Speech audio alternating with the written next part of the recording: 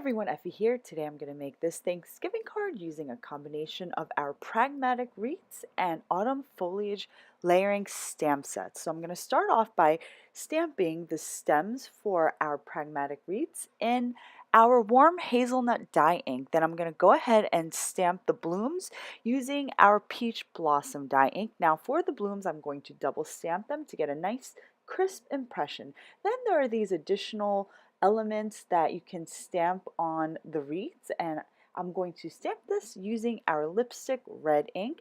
Once I've stamped both halves of my wreath, I'm going to die cut them using the coordinating die. Then I'll take the third die from our double stitched circle or round die cuts, and this is the smaller die collection.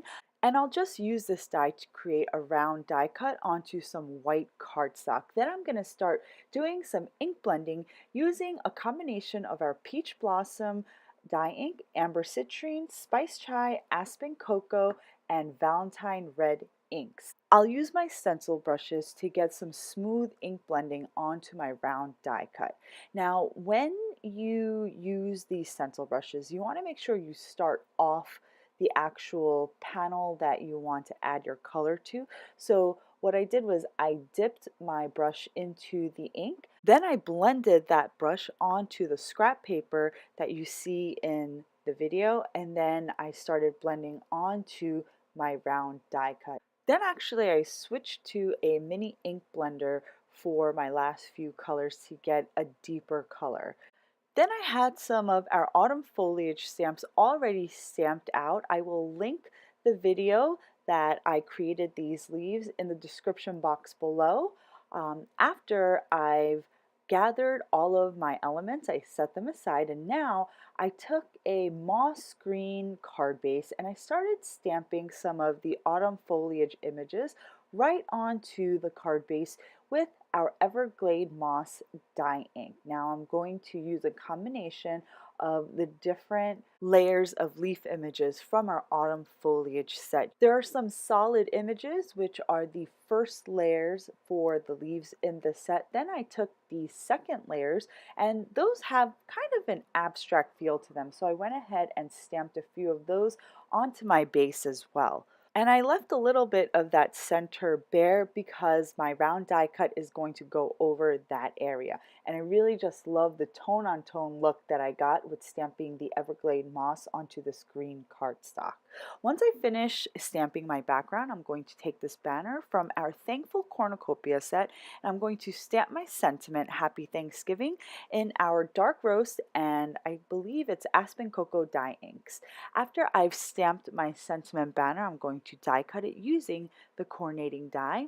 Then I'll adhere that round die cut onto my base just using my tape runner.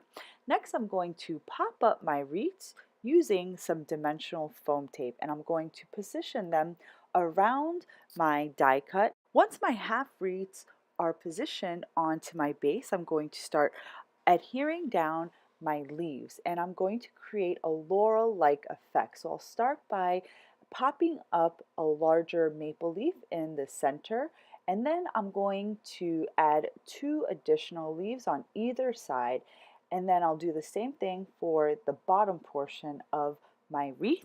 And I love how this turned out because it just screams fall with all the warm colors, and the background is so cool with a tone-on-tone effect. So once I've assembled my wreath, I'm just going to pop up my banner using a double layer of foam tape, and once I position that, my card is now complete. I hope you all enjoyed today's project and video.